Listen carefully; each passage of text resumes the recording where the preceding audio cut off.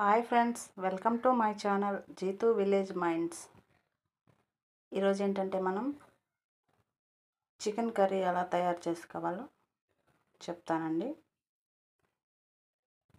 ముందుగా చికెన్ని ఉప్పు, పసుపు, కొంచెం ఆయిల్, కొన్ని నీళ్ళు పోసి ఉడకబెట్టేసుకొని పక్కన పెట్టేసుకోవాలి.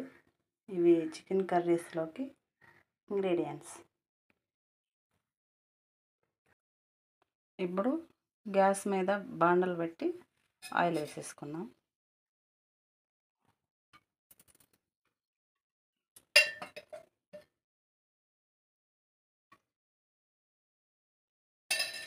ఆయిల్ కొంచెం వేడెక్కాల. ఆయిల్ వేడెక్కిందండి. ఇప్పుడు మనం ముందుగా ఆవాలు వేసేసుకున్నాం. ఆవాలు కొంచెం వేగినాక ఉల్లిపాయ ముక్కలు వేసేసుకున్నాం. ఇప్పుడు ఉల్లిపాయ ముక్కలు వేసేసుకున్నాము. ఇవన్నీ బాగా వేగాల.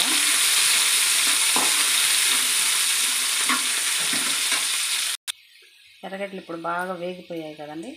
టమాటాలు వేసేసుకున్నాం. టమాటా ముక్కలు కట్ చేసి పెట్టుకున్నాం. టమాటా ముక్కలు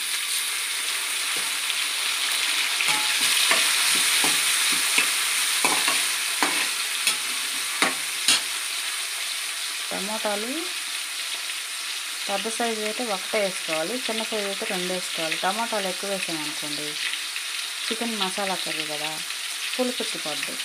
కాబట్టి ఉల్లిపాయలు ఎక్కువ వేసుకోవాలి, టమాటాలు తక్కువ వేసుకోవాలి.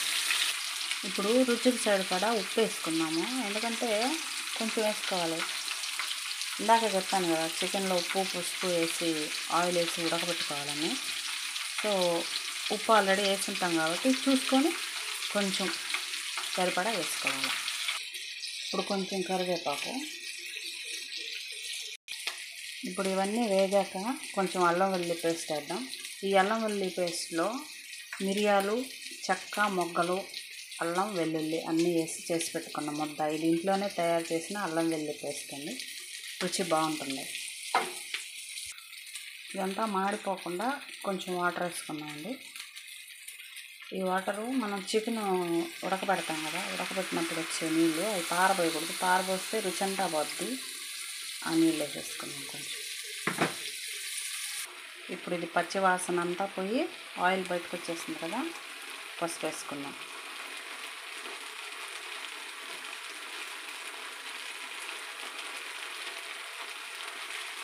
అలాగే కొంచెం కారం. ఇప్పుడు దీన్ని అంతా మిక్సింగ్ చేసేసి మంచిగా కాసేపు ఆయిల్ బయటకు వచ్చేంత వరకు ఉడకనివ్వాలి. చూసారా ఎలా వచ్చేసిందో, ఆయిల్ బయటకు వచ్చేసింది. ఇప్పుడు మనం చికెన్ వేసేసుకున్నాం.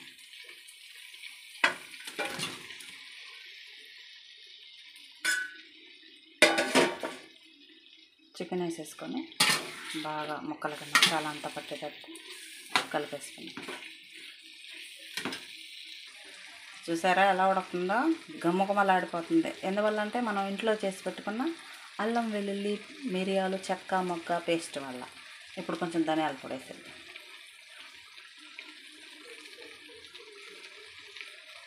దాన్ని కూడా బాగా మిక్సింగ్. చూసారా ఎలా ఉడికిందో. ఇప్పుడు సరిపడాన్ని నీళ్లు పోసేసుకున్నాం. నేను చెప్పిన విధంగా పులుసు సరిపోద్దో అంత విధంగా నీళ్ళు పోసుకోవాలి. ఇప్పుడు అంతా మిక్సింగ్ చేసేసి కలిపేసుకొని ఇలా మనం ఇప్పుడు మూత పెట్టేసుకున్నాం. బాగా ఉడకాలి కదా, మూత పెట్టేసుకున్నాం. ఇప్పుడు చూడండి, వావ్ గుమగుమలాడిపోతా ఉంది. ఇప్పుడు కొంచెం చికెన్ మసాలా పొడి వేసుకున్నాం. ఆచివారి చికెన్ మసాలా పొడి.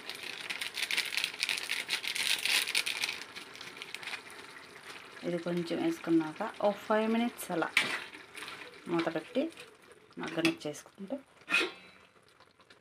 Chicken curry ready. చూసేద్దామా మన కర్రీ ఎంతవరకు రెడీ అయిపోయిందో. వావ్, సూపర్ స్మెల్ అండి. టేస్ట్ కూడా సూపర్గానే ఉంటుందండి. ఇది ఫైనల్లీ స్టవ్ ఆపేద్దాం.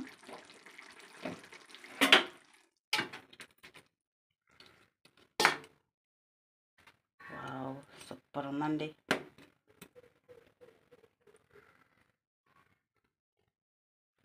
Chicken curry ready.